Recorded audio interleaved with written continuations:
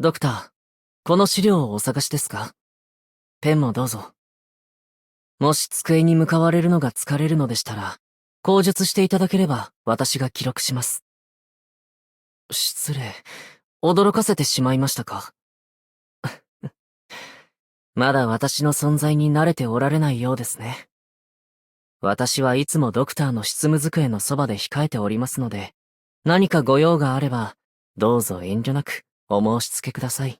皆さんが宗師の暮らしぶりに興味を持つのはごく自然なことです。ただ、繰り返しご説明する通り、私はあくまで六部官であって、助手ではありません。先生はどれほど忙しくとも、生活の雑事を私に任せたことは一度もありませんでした。むしろ、薬をきちんと飲むよう、いつも声をかけてくださいました。皆さんはこうした話をすると、興味深く聞きながらも、どこか残念そうな顔をするのです。おはようございます、ドクター。もうご起床されたのですか？私？そうですね。10年近く軍と共に行動していたおかげで、すっかり早起きが身に染みついてしまって、こうして毎朝訓練室を一巡りしないと落ち着かないんです。ああ、この記録ですか？ご心配なく。これはあくまで個人的な興味、あるいは学習資料と言ってもいいでしょう。よそに漏らしたりはしませんよ。先生に随行していると、外で挑戦者に出会うこともしばしばあります。その際に、先生は私を先に相手させることもあります。私はありのままを伝えて、相手に、そちらの隙を指摘できたら、私の勝ちでよろしいですかと提案するしかありませんが、大抵の場合は快く応じていただけます。結果、一度も拳を交えたことがないのに、なぜか多くの方に勝ったことになっています。姉弟子は、威圧的な態度を一度も取ったことがありませんでしたが、私もズオさんも、幼い頃からどこか彼女を恐れていたものです。運よく両親に恵まれたと評されることが多いですが、姉弟子がご自身の力で歩んだ道こそが、本当の修行だったのでしょう。今では私も巣立ちをいたしましたので、心に迷いが生じた時には、彼女の姿を思い出すのです。武を治められぬ身でありながら、武術にすべての心血を注ぐことに何の意味があるのか、武とは何のためにあるのか。そうですね。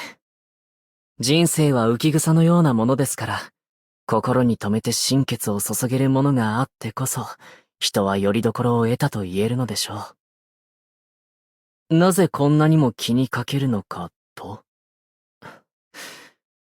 きっと、私にとってその拠り所があまりにも大切だからでしょう。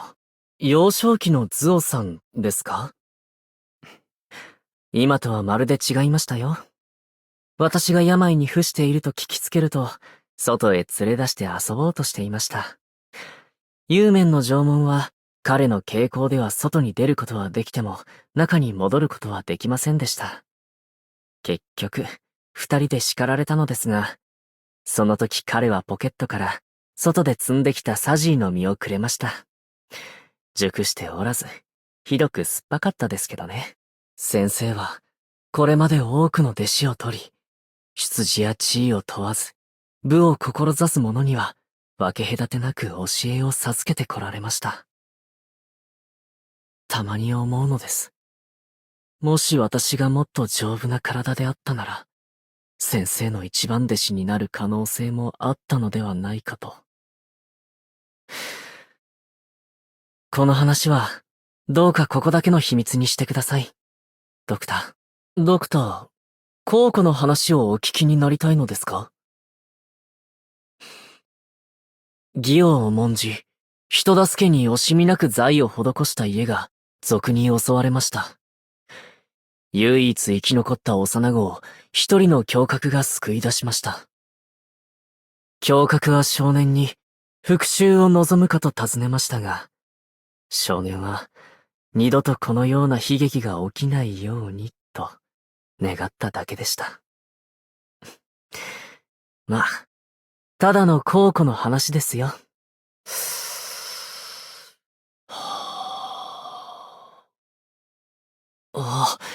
お騒がせしましたか？これは先生に教わった呼吸法です。気を養えば、大元となる体も強くなりますから。空き時間があるとよく練習するのです。できる限り、ご迷惑にならないように、静かに行いますね。はじめまして、ユン・チンピンと申します。司祭台の仕事に協力するために参りました。私は辞職人ではなく、ゾウさんに同行して見聞を広める機会を求めてきただけですが、お力になれる場面では力を尽くす所存です。身体攻守。一方が減れば他方は増える。これらは部の断りとも通ずるものがあります。昇進ですか。6部官を務めていた頃には考えもしなかったことです。先輩方もそうです。記録することに半生を費やすのも珍しくありません。記録した武術が将士たちの助けとなり、より一層部が磨かれるのならば、それが私たちへの何よりの褒美なのです。先生は、共に生死の境をくぐった絆こそが最も尊いとよくおっしゃっていました。そうであれば、私たちもきっと心を許し合える仲なのでしょう。ドクター。何を目で見、何を心で見るべきか。実践の記録は何より貴重です。全力を尽くします。もはや、部に頼るしかないのでしょうか。ご安心を。彼らの恐れも、その技と同じように見抜くのは容易です。どうか、注釈をお書き添えください。私は記録するだけです。意見を述べるなど。私では不相応です。観測地点に到着しました。将士たちの目に映る景色とは、こういうものなのですね。豪も過ぎると折りやすし。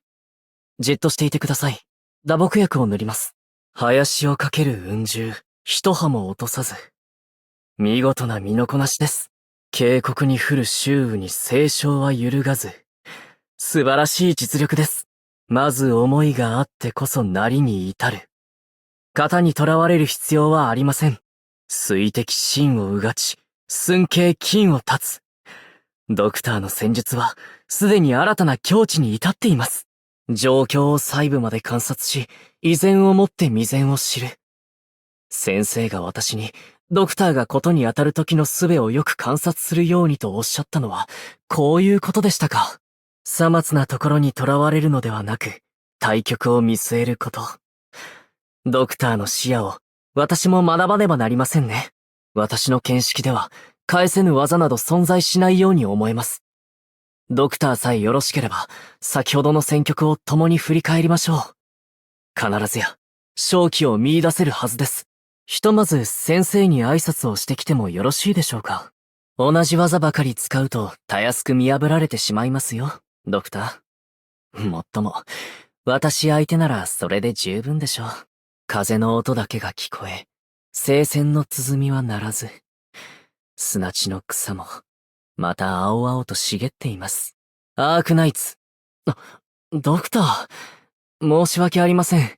歩きながら記録する癖が抜けなくて。初めてお酒を口にしたのは、誕生日の時のことでした。将士たちに熱心に勧められて断れなかったもので、身寄りのない私を気遣っていたのでしょう。その後、全員で先生にこっぴどく叱られましたけどね。温かい酒は、心まで温めてくれるものです。ユーメンの劣等紙があるのですが、ドクターもいかがですか？カジミエーシュの騎士競技、リターニアのアーツ。ロドスでは、本当に多くを学びました。もしご迷惑でなければ、これからもどうぞ、ご指導ください。シラクーザの餃子ですか？それはいささか。先生がお好きなのですか？では、私も挑戦してみます。ユーメンにいた頃、私も新しい年を迎える数日の賑わいを、いつも心待ちにしていました。人々がお酒や食べ物を軍営に持ち寄り、将士たちを慰労するのです。腕比べにお酒の勝負と、束の間の仮説ですので、多少のハメ外しも許されたものでした。ドクター、今日はどのように過ごされますか？アーミヤさんには内緒にしておきますよ。